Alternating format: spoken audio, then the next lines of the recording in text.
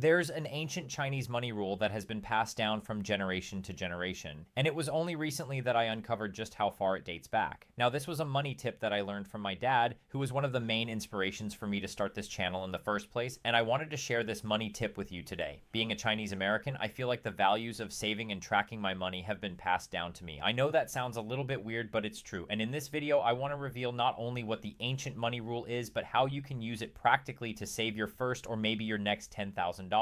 According to CIC macroeconomic data, China has a gross personal savings rate of 44.3% of GDP, nearly 2.5 times higher than the savings rates of both the United States and the United Kingdom. And while researching for this video, I discovered a publication from 1989 where the author details the historical Chinese accounting practices. By pure coincidence, there was a method within the paper that I unknowingly have been practicing since I was a teen, one that my family passed down. It's a technique called the four-column accounting method, and this method that we're talking about today actually traces its origins back to the Tang Dynasty, which reigned from 618 to 907 AD. That would make this money principle over 1,400 years old. Now, if you're looking for just exactly how to use this four-column method, I will leave a timestamp down below so you can just skip to it. But if you want to understand the exact reasons the Chinese are able to save so much and how you can save more money too, it's helpful to understand the why. Chinese people are, in my opinion, really good at saving money for a few key reasons. The first are Confucian values. So Confucius, if you've ever heard of him, was a Chinese philosopher who lived around 500 BC. He created a system of moral and social philosophies that became so influential that his teachings were actually adopted by the Chinese government for over 2,000 years. The core principles that he taught were number 1, frugality, number 2, self-discipline, and number 3, thinking long-term rather than seeking immediate gratification. And if you know anything about the traits of wealthy people, these are very similar traits that they also incorporate. These principles were literally taught in schools at the time. They were then positively enforced by the Chinese government. And after thousands of years, that's basically how these ideologies have been passed down. So a couple of the ideas are, for example, the fact that you should save first and then spend your money later. So you're always paying yourself first. And number 2, you should always have some emergency reserves.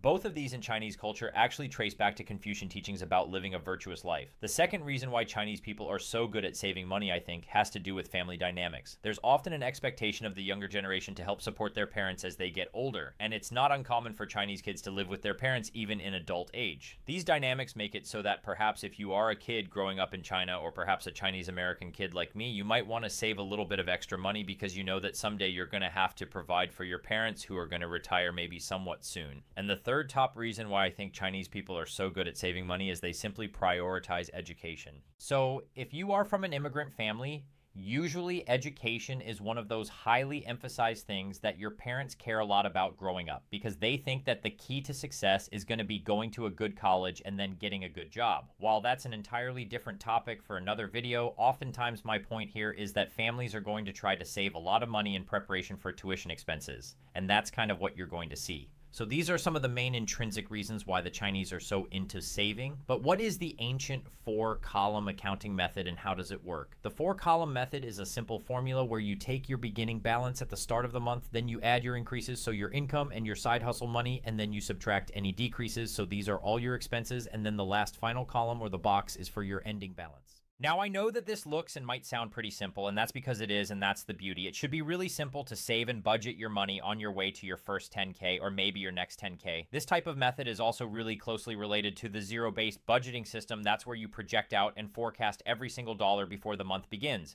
But the reason why the four-column accounting method is different and much more powerful is that it forces you to account for every single dollar. The four-column method then is more of an accounting tracking system after your money has been spent. And the reason why it's better, in my opinion, is that you literally cannot lie to yourself about where your money went. After you figure out where your money goes using this method, you will then use everything that you've learned about your previous month of spending to inform your next month of behavior. So let me give you an example. Let's pretend you are in your second job out of college and you make $5,000 a month after tax. You start with a beginning balance of $8,000 in your checking account. So your first column would be $8,000 in this case. In your second column, these are your increases. So perhaps you make the $5,000 of after-tax salary, you make $800 freelancing, you have $120 in investment dividends, and you sell some stuff on Facebook Marketplace this month for $200. That means your second column totals are $6,220 for the month. The third column is where it gets a little bit interesting. These are are your decreases for the month. So in this column, you might track all of your expenses and your spending might look like the following. For your necessities, you're spending $2,800 total. So $2,600 on rent and $200 on utilities like electricity and the internet. For your transportation, you're spending $870 a month between your car payment, gas, insurance, and parking.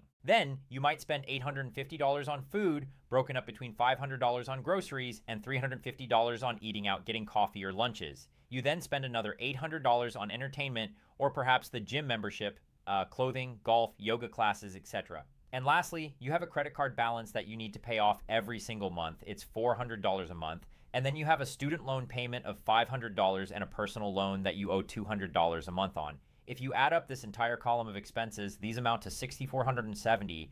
That means in the fourth column, your ending balance is $7,700, or basically you spent $300 more than you earned this month while saving absolutely nothing. So if you were using this 4-column accounting method, you could easily visually see that you are probably living paycheck to paycheck, or you might have to go into more debt this month than you just had previously. This will force you to look at your expenses on the categories where you can cut back, and it creates accountability for you because you want to see your ending balance be higher than your beginning balance at the end of the month. And the nice part about this method is that it gives you an easy way to match up what your bank balance actually reflects at the end of the month and what your own accounting came up with. If you are off in any way, that means you perhaps didn't do the accounting correctly, and it forces you to take a look at your expenses or perhaps your income again. Now, the nice part about this method is that you don't have to start this on the first of every month. Whatever date you are watching this right now, you could start today. If you're really hardcore about this, you could look back at your last 3 months of credit card and bank statements. You add up everything and see what your beginning and ending balances would have been for the last 3 months. Now, I'm not saying it's going to be easy. That might take you a lot of work.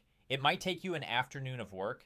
But I believe that if you were to go through this exercise, you would learn a lot about your own spending habits, and it would force you to uncomfortably look at the things that you actually might be spending money on. Now, this is a very practical method to save money, but sometimes personal finance is about the behaviors and the principles that you live out day to day. Those can also help you build wealth too. So I wanted to share with you 3 main factors and behaviors that help the Chinese prioritize saving money that you can essentially copy. The first is that the majority of Chinese people don't like to show off. Of course, you're going to have some of these crazy rich Asian types showing off their Gucci bags and their Bega Veneta, whatever that brand is called. But in general, a lot of Chinese people that are wealthy, they like to keep a low profile. That usually means that they're going to be a lot happier with the things that they already have. Oftentimes, I don't think we are grateful enough for the basic necessities that we might have, such as a bed to sleep in, access to food, or access to clean water. There are so many countries out there that lack these basic resources, and by keeping a humble and low profile, we can kind of simply look at our life and be appreciative of what we actually have. Famously, in a study in 1978, there were lottery winners that reported being similarly happy before and after winning the lottery. The findings showed that having a large monetary gain had no effect on their levels of happiness in the long term. Sure, they might have had a huge spike in dopamine levels as well as their happiness in the weeks after they won the lottery, but after a year or two, it didn't really make them happier. They just simply got used to having more money and their happiness levels returned to their baseline. The second behavior that you can copy in your own life is that when Chinese people earn their money, their goal is to usually live off a smaller percentage of what they just made and to save the remainder. When I saved $10,000 using this method, my whole goal was to have a savings rate closer to 50% or perhaps 40% of my income. I knew that if I were able to live off a lower amount, I would keep my lifestyle inflation in check and also build up my savings quite quickly. Now, compare that savings rate of, let's say, even 25% to the average American who saves 5%, or maybe even at most 10% of their income every month, or even worse, compare it to the average American who has too big of a car payment and lives paycheck to paycheck. I think if you can be disciplined enough to live off a smaller percentage of your income within reason, it can save you a lot of money. There are going to be some exceptions to this rule. So, for example, if you aren't making enough money where you can't even save, then you perhaps need to work on your income first. However, my point here is that the 4-column accounting method can hopefully assist you with optimizing what you are already making and spending. And the third behavioral factor why the Chinese are so good with money is that a lot of Chinese people are what I like to call value-based spenders. What I mean by that is that they're always trying to get the most value for their dollar. This value-based spending ties back to Confucian values of frugality, but it could also show up in what's called necessary spending versus face spending. And no, I'm not talking about great skincare, although that is technically part of, spending money on your face. But in Chinese culture, face spending would refer to social status. So spending money to either maintain or boost it. And that's not always practical. Chinese people like to spend their money on necessities. So the things that really matter, like education, health, property, and family, but when it comes to wants, they may still buy something that they ultimately want, but they want to make sure that they get a good value or good deal out of it. Basically, Chinese people don't like getting ripped off. I mean, who does? So there you have it. You know everything about me now. Those are all my secrets. So if you enjoyed this video, check out this video on my channel right here. This is about the 4 numbers you need to track to be a millionaire. And honestly, if you knew these 4 numbers, you will be on track to be a millionaire. So I will see you guys in that video or a future one on the channel. Thank you for being here. Bye. Music.